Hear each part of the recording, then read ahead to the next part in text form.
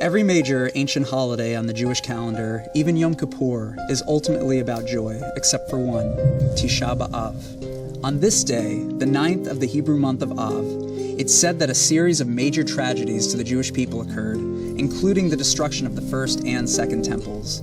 It's a day of mourning for getting kicked out of the land of Israel, for the destruction of Jerusalem, and the medieval expulsions from various lands. It's said that Tisha B Av is the day when it all went down, literally.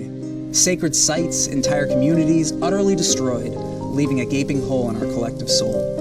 When life comes crashing down, we're left devastated. We cry, we mourn, we feel isolated. All natural responses to loss.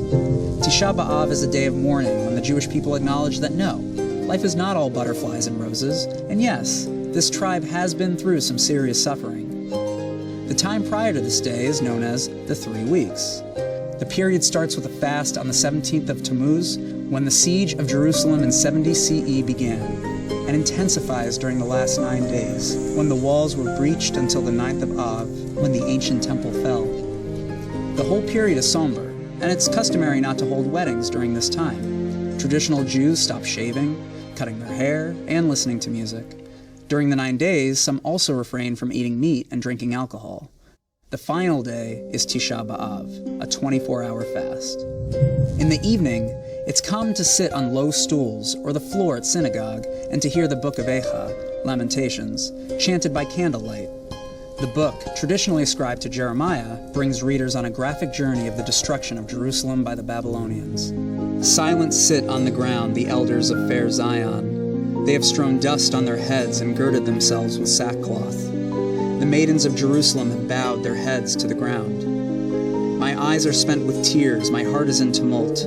My being melts away over the ruin of my poor people, as babes and sucklings languish in the squares of the city. The melodies of the day are like a dirge, a time of reflection as Lamentations concludes, Hashivenu Adonai, turn us to you, Holy One, and we will return. Renew us as before.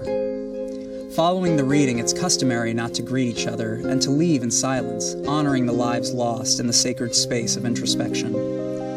When a dark history seems to follow an entire people around, it's only natural to ask why, or how could this be? Sometimes these questions are real, and sometimes they're more like a lament. Why me? Why us? How could this have happened? Echa translates literally to how, as in, how could this be? Jewish thinkers have struggled to understand these questions for thousands of years. Historians see these as historical events, where one nation overpowered another, but the rabbis understood them differently. In Hebrew, sinat chinam, baseless or useless hatred, was rampant throughout the land. The rabbinic tradition understood the loss of Jerusalem and the temple to be the divine consequence of the people's unethical behavior.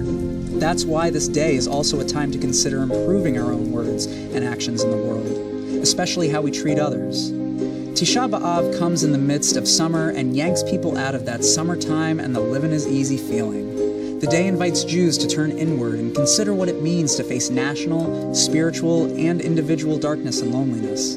With a reflective heart, the next turn is outward, towards the light of life again, which renews a people's connection to God, to each other, and to the world. The spiritual turns of Tisha B Av prepare the Jewish people for the biggest turn of the year, just 7 short weeks away, when the shofar calls our attention to Rosh Hashanah and the new year.